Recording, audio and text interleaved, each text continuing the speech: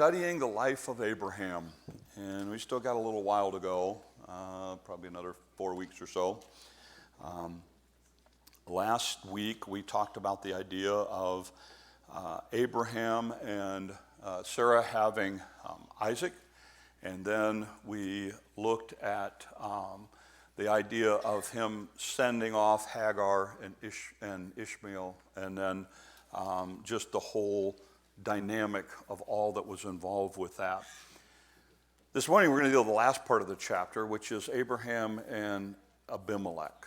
And if you would continue on past the life of Abraham, you're going to find that actually his son Isaac and Abimelech end up with a problem as well.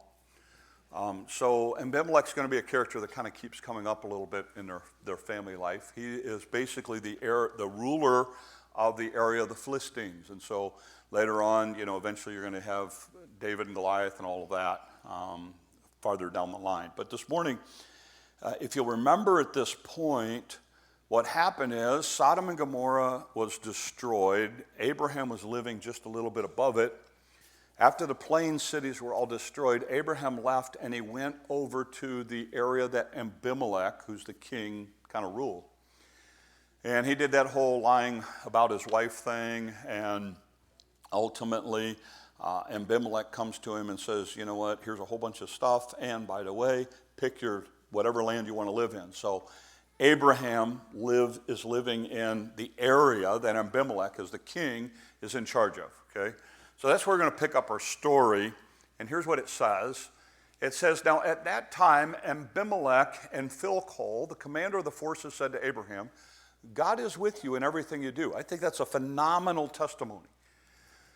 He said, now swear unto me here before God that you will not deal falsely with me or my children or my descendants.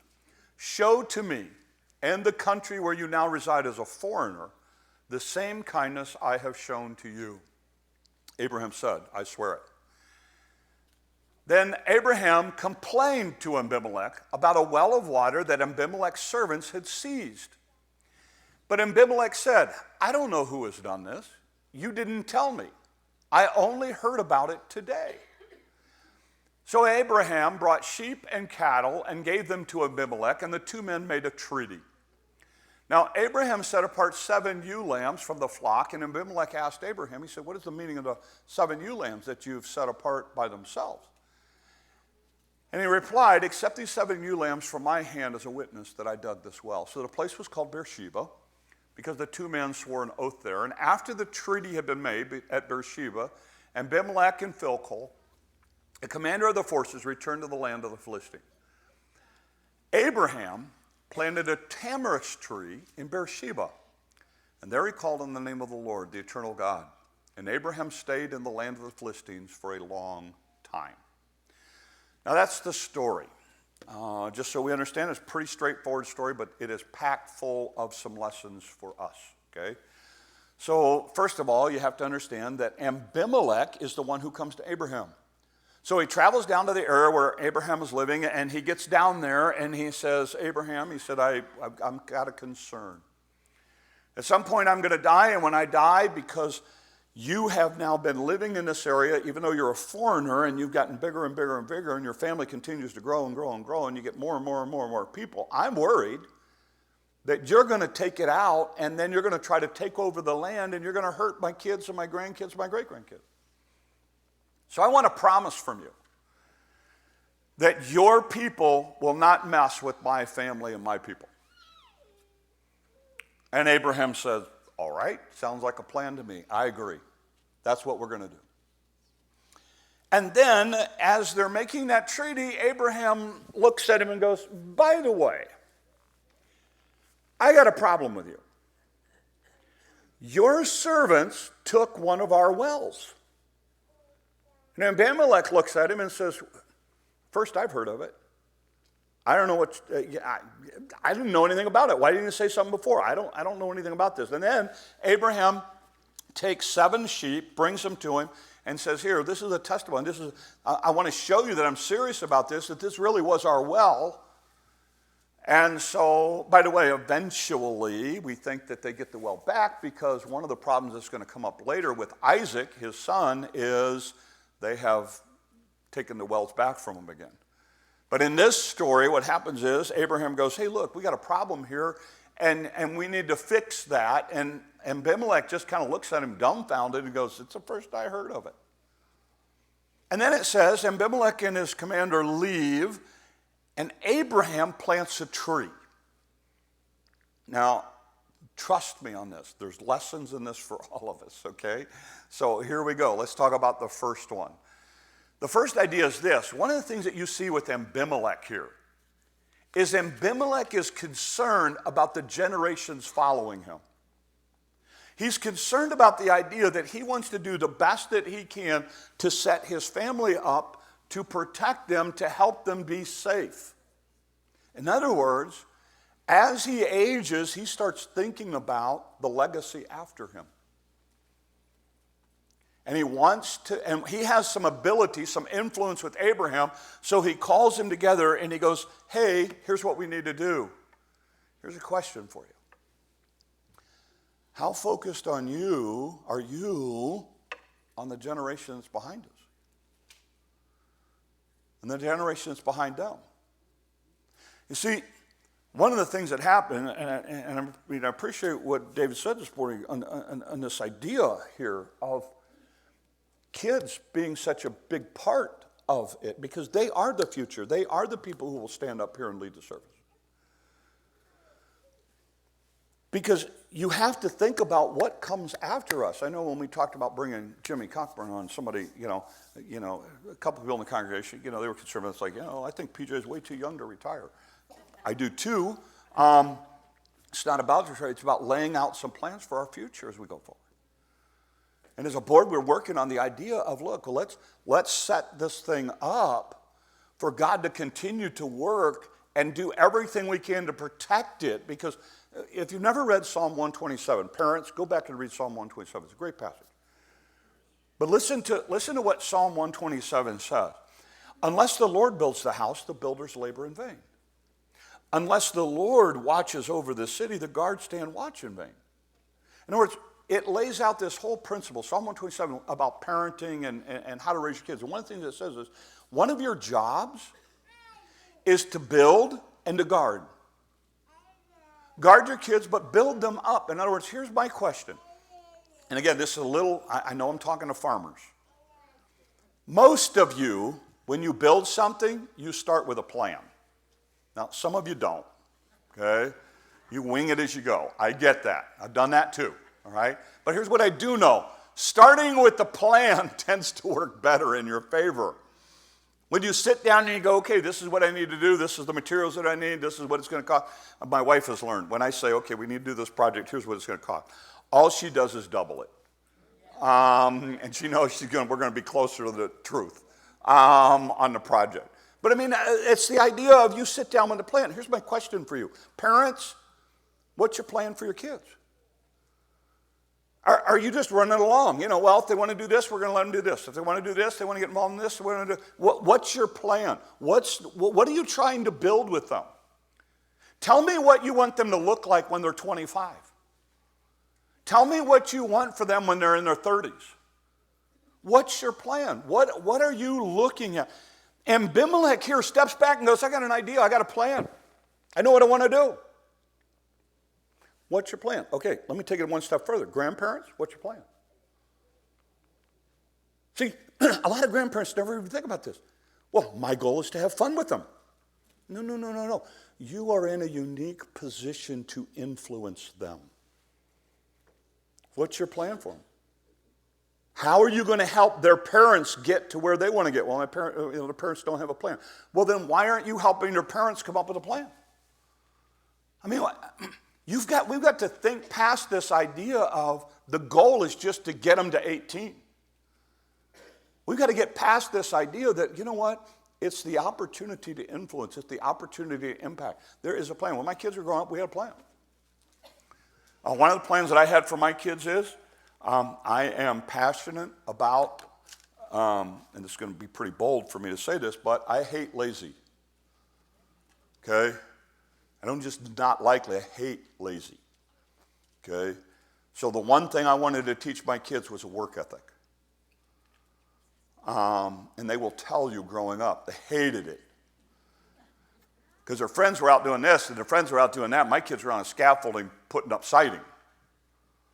Or sitting on a roof, or wiring, or running, putting up drywall or sanding or whatever. Why? Because I wanted my kids to have a work ethic. And my kids will tell you, when they turned 16, you know how we celebrated their birthday? We drove around and dropped off job applications. That's what we did. They'll tell you, happy birthday, go in there and drop that off. I'll wait for you out here. Why? Because that was something. What do you want from your kids? What do you want from your grandkids? And what's your plan to get there? It doesn't mean you'll get there, but at least you got a plan. And same thing with my grandkids. I actually buy toys right now. I have a basement where we have a whole closet full of toys. They're way too young to play with right now, but all of those toys have purposes. Especially when we're talking about this whole STEM thing. And the science stuff and the mechanical and all of that kind of stuff and the trade stuff. Listen, I told Josh, see what I bought for your kid? It was a whole set of screws and different screws, and some work with screwdrivers and some work with hex things and all that, and to figure out which one goes where. So he's too young right now, he may swallow them. But as soon as he gets old enough, this is where we're going with this.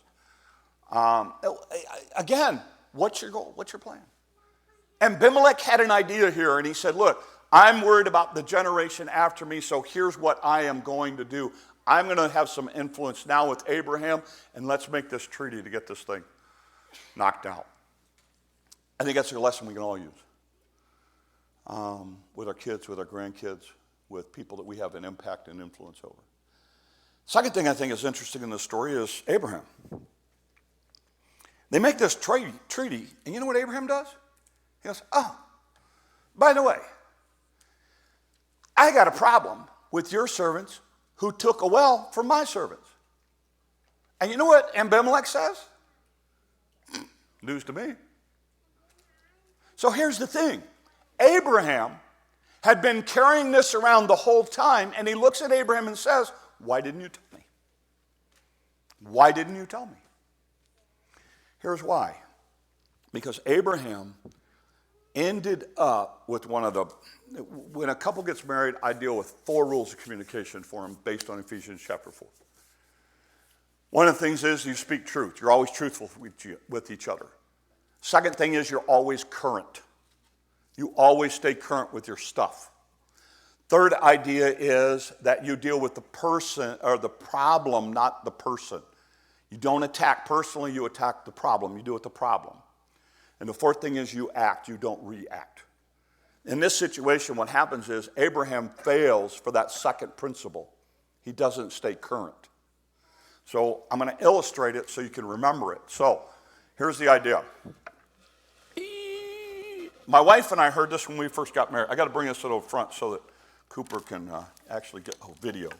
See, I got to remember where we're doing. Okay, so when my wife and I got married, the guy who was marrying us went through marriage counseling, and he shared this with us. He said, everybody carries around an invisible backpack. And when stuff comes up, you do one of two things. You either deal with it or you put it in your backpack. So the illustration doesn't go for like days. I borrowed this backpack from Jethro. So he's very concerned about how I use his backpack. So I got to be very careful with this, okay? Now, this backpack is pretty small. And I think that's intentional, by the way. You know why it's small? Because we're not designed to carry stuff around.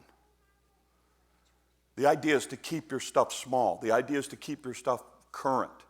That's the whole concept behind Ephesians chapter 4. That's the whole concept that would have saved Abraham a lot of grief.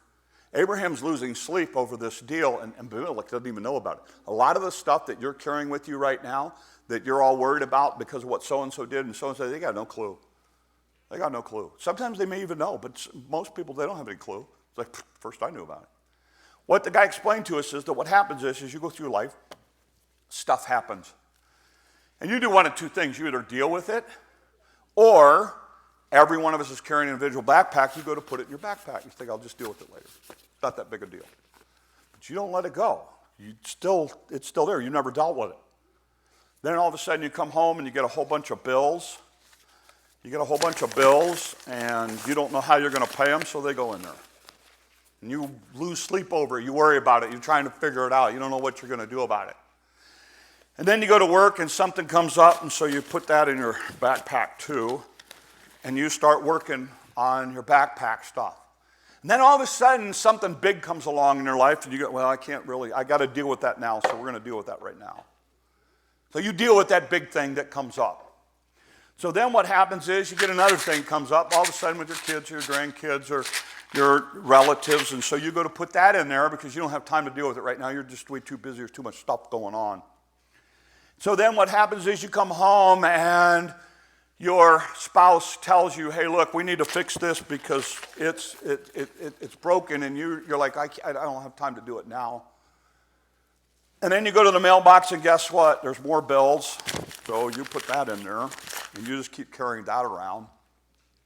And then all of a sudden something else comes up in your house, and you try to shove it in there, and you get it in there as best that you can. So you got that in there too now. And then here's what happens, and if you'll think about this is exactly what's happened in most of you for your life. What happens is you come home and your spouse says, hey, this little thing happened and you need to know about it, and the teacher called and we've got to deal with this, and you go to put it in, but here's the problem, it won't fit anymore. And so you know what you do? You know about this, and I'm going through this, and this is what's happening at work, and how come I can't handle all this? And you dump it all out. And for some of you, this is not days, this is not weeks, this is years of stuff. And it is all piled out, and it is all dumped on the floor, and it is all spread everywhere, and you're standing at each other as a couple going, what are we going to do now? You know what happened to most couples at this point? I'm done with you. Here's what's crazy. In a lot of situations, you know what they do? They don't deal with any of this stuff. And they'll jump into another relationship. And you know what they do in that relationship when problems come up? And then that one's going to hit the fan. Because at some point, the backpack gets full. You have to stay current and deal with your stuff. If it's too big, then you get help to deal with it. Otherwise, you have to stay current on your stuff.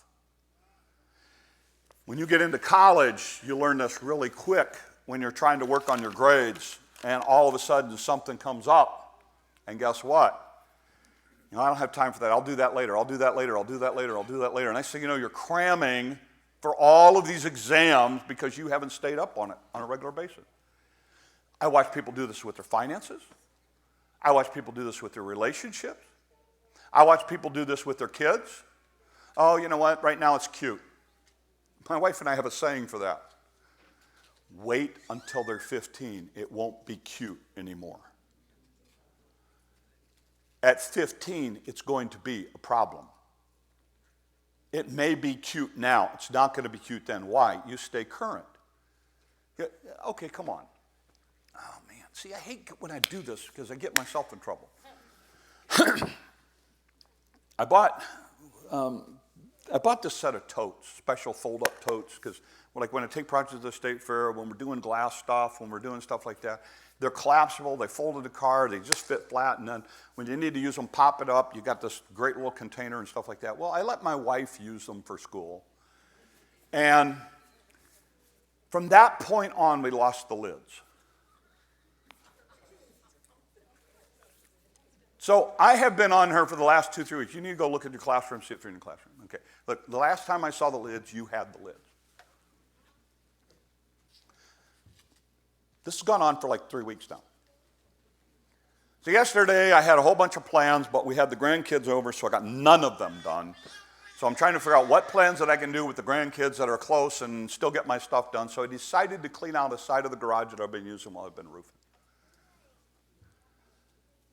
So I move this thing over to here, and there are all 3 lids.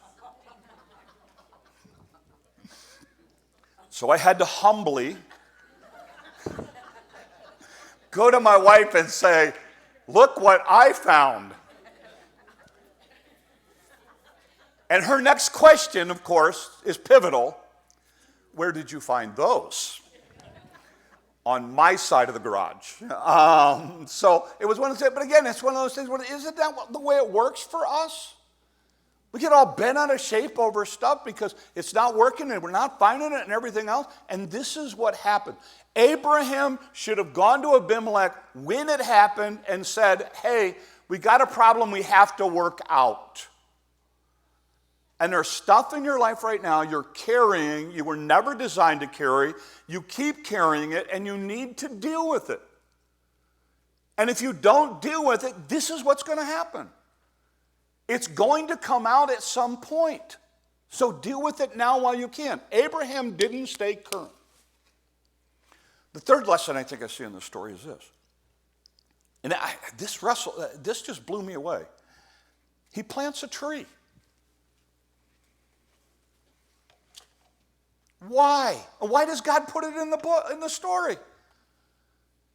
Why does God put in the story that he plants a tree? Here's why. It represents the idea that he intends on staying there. This is where he's going to raise Isaac. It's this idea. I look at our property. We moved on our property in 2000. Back then it was CRP ground. There was nothing around it, including trees. We had one tree. It was on the hillside, on the terrace. I said, let's keep that tree. Oh, it's a tree, it's a tree, it's a tree. No. We kept it for a while, and it just became a nuisance and everything else. It was a bad tree anyway, so we cut it down. And now it's just a stump thing. But I planted trees all over the property. One of the things now, here's the difference between then and now. Now I plant trees that are like 8, 9, 10 years old. They're big trees. I don't plant little trees anymore because I don't know that I'll get to enjoy the little tree. But back then I was planting a little tree. And I know we did all the research and everything else. And I thought, no, we're going to plant a lot of ash. They're crook growing, everything else. Well, you know how that's worked. So now I'm replanting trees. Only now I don't buy anything less than about 8 feet now. But here's the idea. I intend to enjoy them. I intend to be in the area. I intend for my kids to enjoy them or my grandkids to enjoy them. Why? Because I'm planning on hanging around. In other words, I see a purpose. Abraham saw a purpose for being there. And he's like, you know what? I've lived all over. I've lived in Ur. I've lived in Egypt. I've lived here. I've lived here. I've lived here. This is what I'm going to call home. This is where I'm going to put my roots. This is where I'm going to raise my kids. He saw a purpose for being in Beersheba. So here's my question to you. What's your purpose, and what trees are you planting? See, I think we forget this, but God has put you where he has you for a reason. So what are you going to do with it? I see so many young people, it's like, well, you know what? If I get the next job, or if I get the next title, or if I get this toy, or if I can, and we're working on getting all of this stuff. Well, if I can provide a nicer home for my family, if I can do this, if I can do that. And we're spinning all of our wheels towards those kinds of things. I see this with, some of you are fortunate enough. And let me tell you something, this is a huge blessing. If you are a grandparent, and your kids can swing over and stop by your house, I can't tell you how many friends I have that their kids are spread out all over the country. And I look at it as I'm going to go home and have dinner with my family. I get to have my kids stay over at night because they're only 6 miles away. But here's a question for me that I have to wrestle with. Why did God give me that gift? And what's he want me to do with it? Because I have an opportunity to influence, and I deal with so many grandparents. And here's the thing. You look at it as my job is to just entertain, and my job is to be fun, and my job is to be the fun grandparent, or the fun this, or the fun that. You really think that's the job God has for you? Or has God put you where he has put you so that you can influence and impact your kids and your grandkids? Look, play the grandparent card. Play the guilt grandparent card. You know how you play that? Here's how you play it. What often happens is when these kids get to be teenagers, they don't want anything to do with church, they don't want anything to do with God, they don't want anything to do with all this thing. And it's really easy for you as a grandparent to walk up and go, you know how many of your games I've been to? You need to come to church with me next week. We actually have grandparents here who do this. When the kids come up and go, hey, what will you do? What do you want for your birthday, grandmom, grandpa? I want you to come and sit with me at church. That's what I want. Well, how about like an Amazon gift card? No. I want you to come and sit with me in church. You've earned that. Well, they'll think that I'm using them. No, you've been to so many games. You have an automatic card to be able to play this. And what I'm saying is, you have an opportunity to influence. You know, I mean, again, yesterday, I'm sitting there. I'd been outside working and came in, sat down. Alden comes over with his dinosaur book. Grandpa, will you read me this? Now, you may think that is an easy task. I have 2 years of Greek. I couldn't pronounce half of the names of the dinosaurs. Huh? What's that? Yeah, see, I got his attention now. Dinosaurs. And you know what he's doing? He's looking at me going, Grandpa, what's this one called? When I did this in South Dakota, I started making, that's Charlie. Okay? That's Fred. And I mean, listen, the Velociraptor, that is a walk in the park. Megasaurus, Raptorus. I mean, it's a crazy name. But you know what? He had Grandpa, I'm never going to get them back. He had Grandpa's attention. And Grandpa got to spend time with him in his world. I have friends who would give anything for that opportunity. You see, they got to fly 6 hours on a plane to be able to do that. Listen to me. God's put you where he's put you so you can have an impact and an influence. Use it. Use it. And Abraham plants a tree there and says, this is where I'm going to make my roots. This is where I'm going to raise my kids. This is where I'm going to live and make a difference. And by the way, he's in Philistine country. He's in the middle of the enemy. And yet, he decides he's going to live and make a difference there. God's got you in a place this week. And you need to make the difference that you can make. Don't minimize the fact that he's got you where he's got you. So I end today with this. My idea is this. The story reminds us that we will face conflicts. Our responsibility is to stay current, to deal with problems as they arise. Wise believers focus on the impact they're making for the kingdom of God each week. They help prepare their family for a future they will never see. They plant trees for eternity. Let's do that this week. Father, thanks for the time. We've heard it. We've understood it. Now the challenge is to do it. So help us to do that this week. May we stay current on the stuff that we have. May we really take a good, hard look, Lord, at the generation to follow and what we're doing to make a difference. And Lord, may we bloom where you have planted us this week. In our workplaces, in our homes, in our schools, may we make a difference in what we say and do. These things we ask in your name.